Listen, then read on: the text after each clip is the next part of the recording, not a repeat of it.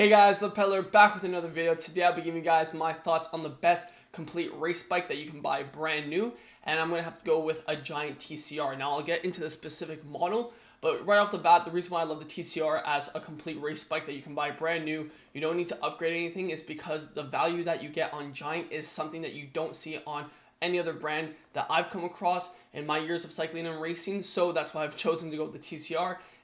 It's not biased, even though I do race myself on a TCR, but we're going to check out which model specific do I suggest you guys get if you want a complete race bike right out of the box, ready to go. And let's get right into this video. If you guys are a new viewer, I highly suggest you like this video and subscribe to the channel. The growth of this channel is going crazy, so it's really good to see that because it'll help me make better content in the not so distant future. With all the likes and support and all the subscriptions that I'm getting, I really do hope to reach out to companies like Giant and other bike brands to actually get these bikes in hand and give you guys a thorough review, a thorough test, because I do see a lack of that on YouTube. A lot of the times people are just talking and they're actually not even riding the bikes for a long period of time. And I always say this, I do ride a lot, so to test these bikes out thoroughly and even maybe get some racing, and once racing starts up again, it won't be a challenge for me. So if you guys do want to see that content, stick around, subscribe, like the video. I promise you, as the channel grows, we'll get that content going and it'll be a better viewing experience for you guys. So enough with the chit chat. The reason why you clicked on this video is to see the best complete race bike that money can buy for 2021. And we're going to be looking at the TCR. So right now on the screen, you guys can see that there's a TCR Advanced Pro Disc. You can see there's the TCR Advanced and there's the TCR Advanced Disc. So the middle one is a rim brake, and that's actually the same model that I have for this year, which is the 2020. Now that one's a 2021, so there are slight differences. I did make a video on my channel if you guys haven't seen the differences with the 2021 TCRs. So just right off the bat, they changed the tubing around, the tire clearance is a little bit wider, and they just made it a little bit more flares of aerodynamics for the all-around race bike, which is the TCR. So not significant differences compared to the TCR Advanced 2 rim brake that I have, but the reason why, and I already said this, I'll say it really quick, the reason why I went with the rim brake was because I already had a set of carbon rims. So for me, it made sense rather to go with disc and then have to sell my rims. I was willing to go with a cheaper one and slightly upgrade it with parts I already had. But that works for my situation, and if you're in the situation where you already have parts laying around, then going with a rim brake model for racing kind of makes sense also if you're on a budget. But in terms of right out of the box, best bang for your buck, it's going to have to be a disc brake bike. And on top of that, the reason why I'm going to say disc brake is because, gravel racing, and let's not even say dedicated gravel racing, I would say more all-terrain racing is getting very more popular. And not only that though, but even sportifs, sportifs are going road / back roads, country roads, where there's a little bit of gravel. So having a disc brake bike, not only, yes, you'll pay a little bit for weight penalty, which I've already discussed is not significant. So even if you're paying a little bit for a weight penalty, the fact that you'll have the ability to maybe run some 35 mil tires and do some gravel events that are light gravel, nothing extreme that you need 40 millimeter tires, but some light gravel is amazing. So I just find the disc brake being an all versatile bike, which you don't get on the rim brake, unfortunately, just because of the tire clearance issue. And also that depending on the road conditions, the rims can get somewhat clogged if there is mud, but that's on the extreme side. So like I said, the TCR Advanced is what we're looking at, and I'm going to have to go with the TCR Advanced Pro Disc and not the TCR Advanced Disc that we see right here. So not this one, because that one does not have a power meter. I'm saying it right now, I'm kind of jumping boat, is that this TCR does have a power meter, and if you are racing, you need power, because power is something that you can track, you can train to. If you can't train with power, then in my opinion, you're training aimlessly. Even though you might have a heart rate strap, you're still training aimlessly, because power, no matter what terrain you're on, what elevation, whether it's windy, not windy, 200 watts, which is how we measure power, is 200 watts, where heart rate changes, speed changes. So for racing, for training, the only way you can get stronger is with power. So we're gonna go with the TCR Advanced Pro Disc model, and I'll tell you guys which one I suggest. Okay, so you have the TCR Advanced Pro Zero Disc 2021 that retails for $5,400. Now right off the bat, we can see that this one comes with Di2. Now as a racer, do you need Di2? No, you don't. You don't need Di2. You don't need that. Now, we're obviously not getting a frame because you guys want a complete bike, so that leaves us with the only TCR complete race bike that we could get, which is the TCR Advanced Pro 1 disc. Now this is an amazing value, guys. You're getting a 4,300 USD bike that comes right off the box, full carbon frame and fork, amazing. You're getting, I think those are 42, let's see the specs, yep, 42 millimeter front and rear carbon SLR giant rims, which I've ridden with in the past. They are amazing, okay? You're getting a full Ultegra group set, hydro, which means it's hydraulic disc brakes, which is very nice to see. So you're getting full Ultegra, nothing's getting swapped out for a cheaper crank or cheaper rear derailleur or front derailleur, so that's amazing to see.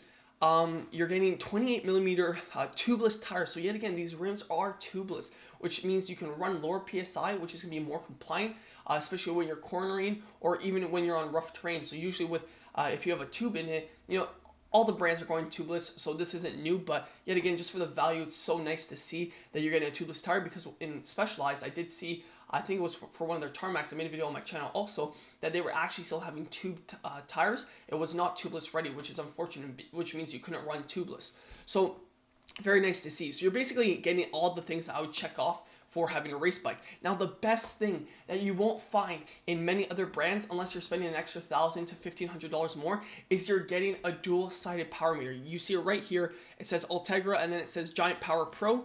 I have that power meter set myself. So that's the Power Pro power meter. I will be putting it on this bike.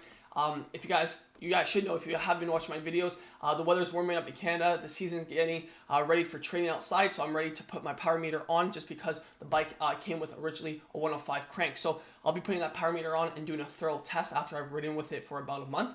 So stay tuned for that. But right off the bat, you know, there's some reviews on YouTube that say the Power Pro has its moments where it's not accurate. I have to say, after riding Stages power meters, you know, every power meter will have its quirks where, you know, sometimes the readings won't be accurate, but even my I think it was a 2nd gen Stages single side power meter was very accurate when I compared it to my Taxneo trainer. So, you know, power meters are power meters, and the one thing I will say is, as long as your power meter is being consistent, meaning that when you put 200 watts, it's saying 200 watts, it's not fluctuating, then you can train to that. Now, does that mean it won't be off by 5 or 10 watts? Yeah, but that's not the end of the world, because of your training. It's subjected to your training. So if you always do 200 watts with that power meter, then you know what 200 watts feels like, right? So it's very, I would say you have to remember, it's tailored to your training. Now, if it was 50, 100 watts off, yes, that's extreme. But whatever, every power meter, you'll see reviews where people say that it's off. From my experience, 5, 10 watts is not drastic if it is off slightly. But from what I've seen, the Power Pro is very accurate. So I find that amazing, because for 4,300, you're basically getting everything you need out of a race bike. You're getting carbon everything, carbon frame, super important, just for the lightness of it, and also for the compliance. If you do a lot of racing, you're gonna do a lot of kilometers for training, for base training, and also if you're doing long road races. So having that carbon is gonna dampen the road vibration. So I love that. Second, you're getting disc brakes with full hydraulics, so the braking performance is going to be amazing. I've touched up on this in my channel, that even if you're road racing, usually you shouldn't be on your brakes, but I'm not going to lie, hydraulic disc brakes are good, far better in terms of braking performance when compared to rim brakes. The only thing I want to stress is that, you know, for road racing or even crits, you shouldn't be braking, right? If you're a good road racer, you shouldn't be braking that much. So, you know, even though it's better than rim, disc isn't that necessary. But the one thing I touched up on earlier was that if you use this bike for some gravel events, for some light gravel rents, or even if you do some, you know, group rides where there's a little bit off-road, it's going to be amazing, because you can run wider tires and you'll have better braking performance for those rough sections. So having disc brakes in that situation is amazing. So like I said, I love the disc brake aspect of bikes now, because then you can run it dual purpose. So instead of having a dedicated gravel bike and a dedicated road bike, kind of like how I do right now, you can just have one. So that's one thing I love about the TCRs that are disc. And for the 2021, they actually increased the tire clearance like other companies. So now you can run probably a 35 easily. So very nice to see. And then in terms of gearing, you're getting something that's really nice. You're getting 1130 on the back. So any hills that are steep, you can go into your biggest cog. And you're getting a 5236, which is a semi-compact.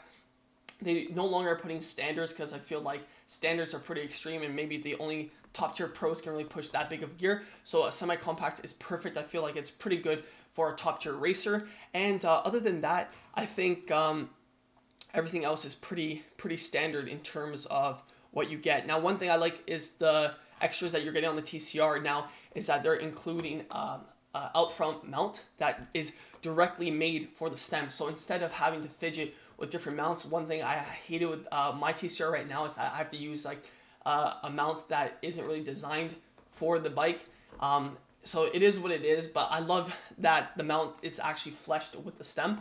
And the one thing I love about this TCR Advanced Pro Disc 2021 is that it looks like the Giant CCC team bike, but obviously not for that price. And I just love the color scheme. I feel like for a race bike, black and white, the Giant's nicely in white, and the frame is black. It just goes really well together. Very simple. I'm very minimalistic. If you guys haven't been able to tell from this YouTube channel, is that a lot of the stuff I use or wear, I like it when it's very simple. So I love the color scheme. And just putting this out there right now, I would love to get my hands on this bike to actually test for a race season for 2021. Just because I feel like the price point is somewhere where the majority of you guys watching would probably land in this if you guys are looking for a race bike. And personally, I would probably purchase this bike myself. But I would love to test it out and give you guys my thoughts on the bike. So if you guys can, please like this video and subscribe to the channel. It's the only way we're going to get this channel to grow and get these bikes in hand. Like I said at the very beginning, a lot of videos I see on YouTube of people actually having bikes and showing that they're reviewing it or testing it. Usually they're just either talking and showing it, and they actually have no real riding experience from what I can tell. So that's the whole goal of this channel also. Other than talking about my personal experiences and other cycling related topics, I really do want to show you guys the best content possible, and that's only done with the growth of the channel. So I would love to reach out to Giant and get my hands on one of these bikes and actually test it and actually race on it to give you guys my true thoughts, because like I said, if you guys are looking for a race bike, it's not good enough just to ride it around the block and say, yeah, I think it's a really good bike. Like, you need to ride it, you need to race it. And I've been on the TCR, like I said, for 3 years. So I would love to get my hands on a 2021 TCR, especially now, because then I could actually ride it rather than, wait in the future. So if you guys could do that, it'd be great content for you guys. And I would love to actually test this. What I also haven't seen with this bike being tested is on gravel or light gravel, which I have plenty around in my neighborhood. So I would love to test that for you guys also. So if you guys do want to see that content, comment, like, subscribe. It will just show growth, and it'll be very easy to actually get that video done. But just my final thoughts, if I had to go with a complete race bike right out of the box, it's not even a question. I would have to go with the TCR Advanced Pro Disc, 4,300 USD. It's a no-brainer. Wider tire clearance, I can't complain about that. And the more aerodynamic flares that the new TCR 2021 has now, because of the redesign, it's going to be a beast, especially with the savings, the slight marginal savings that you get. It's just a race beast. And one thing I also forgot to touch up on is they redesigned the cockpit, so I find it a lot cleaner looking. I just want to get my hands on this bike so bad, actually get to test it. So hopefully I do get to do that soon, but it's only going to be possible if you guys want to see that content. So if you guys do want to see it, you know what to do. There you have it. Those are my thoughts on what's the best complete race bike that you can buy in 2021. It's going to be the TCR Advanced Pro Disc by Giant. Not sponsored, but I do support it because the value is insane. To recap, carbon everything, including fork and frame, obviously not the stem or handlebar or the seat post, carbon wheels, 42 millimeters front and rear, full Ultegra Hydro, super nice, semi-compact crank with an 1130 at the back. You're getting a dual-sided power meter. That is insane. So if you guys did like the video, smash the like button, subscribe to the channel, and until the next one, keep on pedaling.